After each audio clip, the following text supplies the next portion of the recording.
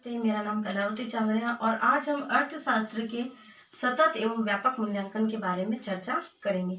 सतत एवं व्यापक मूल्यांकन के बारे में जानकारी प्राप्त करने से पहले हमें ये पता होना चाहिए कि मूल्यांकन का अर्थ क्या होता है। मूल्यांकन यानी कि मूल्य प्लस अंकन, मूल्यों का अंकन करना। और मूल्यांकन को शिक्षण अधिगम प्रक्रिया में एक अभिन्न अंग माना गया है और इसे शिक्षण अधिगम प्रक्रिया की रीढ़ की हड्डी भी कहा जाता है। अब मूल्यांकन यानी मूल्यांकन के दो प्रकार बताए गए, सतत एवं व्यापक। सतत यानी कि निरंतर चलने वाली प्रक्रिया, जैसे कि कक्षा के अंदर फर्स्ट यूनिट टेस्ट लेना, सेकेंड यूनिट टेस्ट लेना, अर्धवार्षिक परीक्षा लेना, वार्षिक परीक्षा लेना, फिर अंत में उसका मूल्यांकन करके देना, यानी कि निरंतर शैक्षिक गतिविधियों का मूल्यांकन करना सतत मूल्यांकन कहलाता। उसी की दूसरी जगह यदि हम व्यापक मूल्यांकन की बात करें तो व्यापक मूल्यांकन की विस्तृत रूप में मूल्यांकन करना, न केवल उस विद्यार्थी की शैक्षिक गतिविधियों का बल्कि उसकी सह शैक्षणिक गतिविधियों का भी मूल्यांकन करना। सह शैक्षणिक गतिविधियां यानी कि खेलकूद, नृत्य, साहित्यिक गतिविधियां एवं गायन से संबंधित है।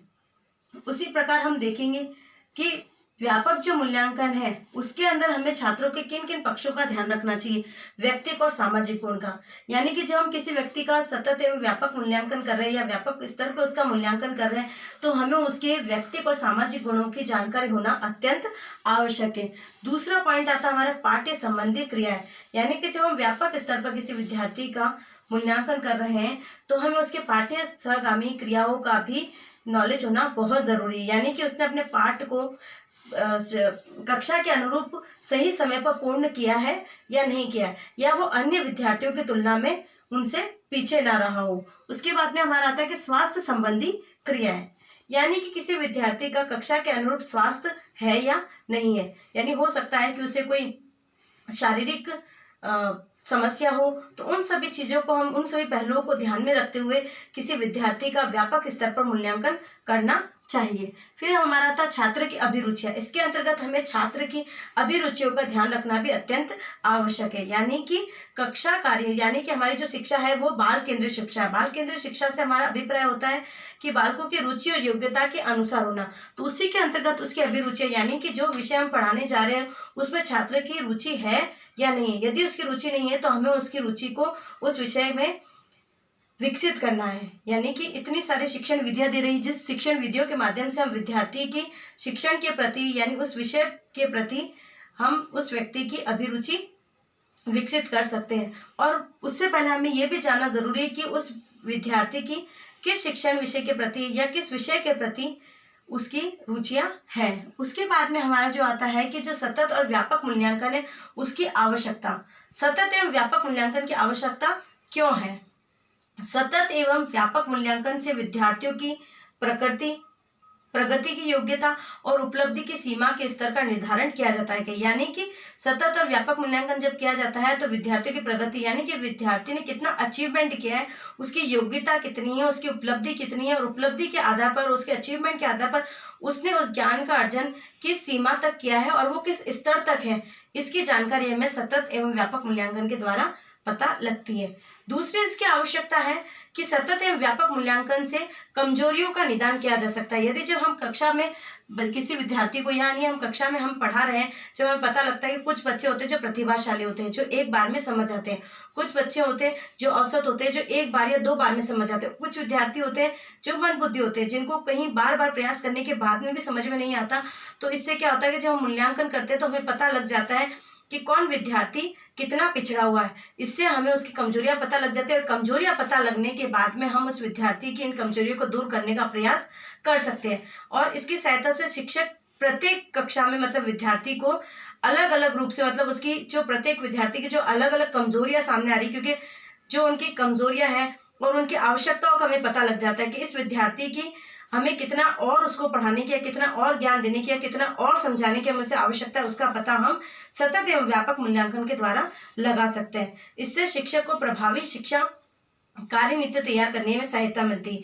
यानी कि इससे शिक्षक को भी एक सहायता मिलती है कि वह अपनी प्रभावी शिक्षण तैयार कर सकता है। यानी कि जब मैंने एक बार आप किसी विद्यार्थी को पढ़ाया कि व्यापक मूल्यांकन का अर्थ क्या है, और मैंने उसको व्याख्यान विधि के द्वारा पढ़ाया, और यदि इस विद्यार्थी को नहीं आया तो मैं इसमें दूसरी विधियां सम्मिलित करके उस विद्यार्थी को समझाने का प्रयास करूंगी, जिससे क्या होगा कि मुझे एक अच्छे शिक्षक कार्य विधि तैयार करने का मौका मिलेगा।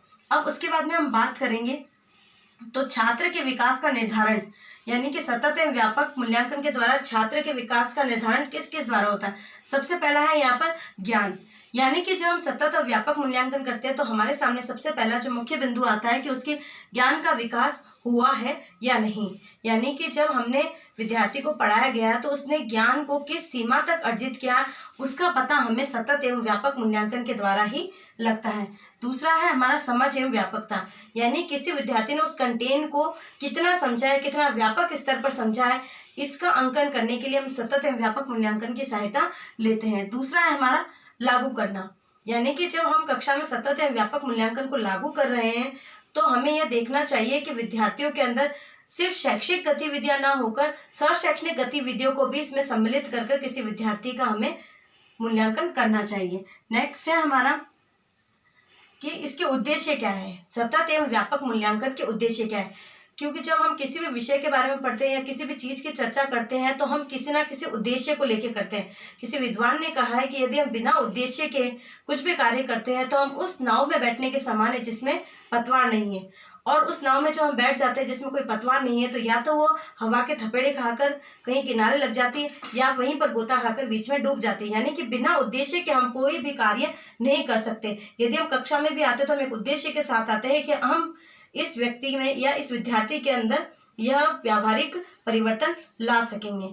तो सतत एवं व्यापक मूल्यांकन का भी उद्देश्य है कि यह शिक्षार्थी केंद्रित होती है, यानी कि विद्यार्थी केंद्रित होती है। यानी कि इसके अंतर्गत यही बताया गया कि इसका मुख्य उद्देश्य है कि ये शिक्षार्थी केंद्रित है, यह शिक्षक केंद्रित ना होकर शिक्षार्थी केंद्रित है, जिसके अंतर्गत विद्यार्थी के रुचि, योग्यता और उनके मानसिक स्तर को ध्यान में रखकर मूल्यांकन किया जाता है या पाठ्यक्रम का भी निर्माण किया जाता है, जिसके आधार पर हम किसी विद्यार्थी का मूल्यांकन कर सकें। नेक्स्ट हमारा शैक्षणिक गतिविधियों का सम्मिलित होना, यानी इसका दूसरा मुख्य उद्देश्य है कि जब 2009 में इसकी घोषणा की गई थी तब इसके अंदर सतत एवं व्यापक मूल्यांकन को शिक्षा के अंतर्गत सम्मिलित करने का मुख्य उद्देश्य यही था कि इसके अंतर्गत शैक्षिक गतिविधियों के साथ साथ शैक्षणिक गतिविधियों को सम्मिलित करना अनिवार्य है, जिससे कि विद्यार्थी के शैक्षिक तथा शैक्षणिक गतिविधियों को दोनों को मिलाकर एक विद्यार्थी का मूल्यांकन व्यापक स्तर पर किया जा सके। नेक्स्ट हमारा पॉइंट है निदानात्मक और उपचारात्मक शिक्षण को शामिल करना। जैसा कि हमको पता है कि जब हम किसी कक्षा में जाते हैं तब हमें पता चलता है कि विद्यार्थी पढ़ने में असक्षम है, तो हमें उसकी इस कमजोरी का पता लगा। अब हमने उसका निदान निकालना है, हमें उसका उपचार करना है कि इस विद्यार्थी को पढ़ने में असक्षम है तो हमें उसकी शुरुआत कैसे करनी है। तो हमें ये सारी चीज़ों को इसके अंदर इसलिए सम्मिलित करना है कि जब हम कक्षा में जाते हैं तो हमें तरह तरह की एक शिक्षक को तरह तरह की समस्याओं का सामना करना पड़ता है, और इन समस्याओं को निपटने के लिए ही हमें निदानात्मक और उपचारात्मक शिक्षण को हमारे शिक्षण के अंदर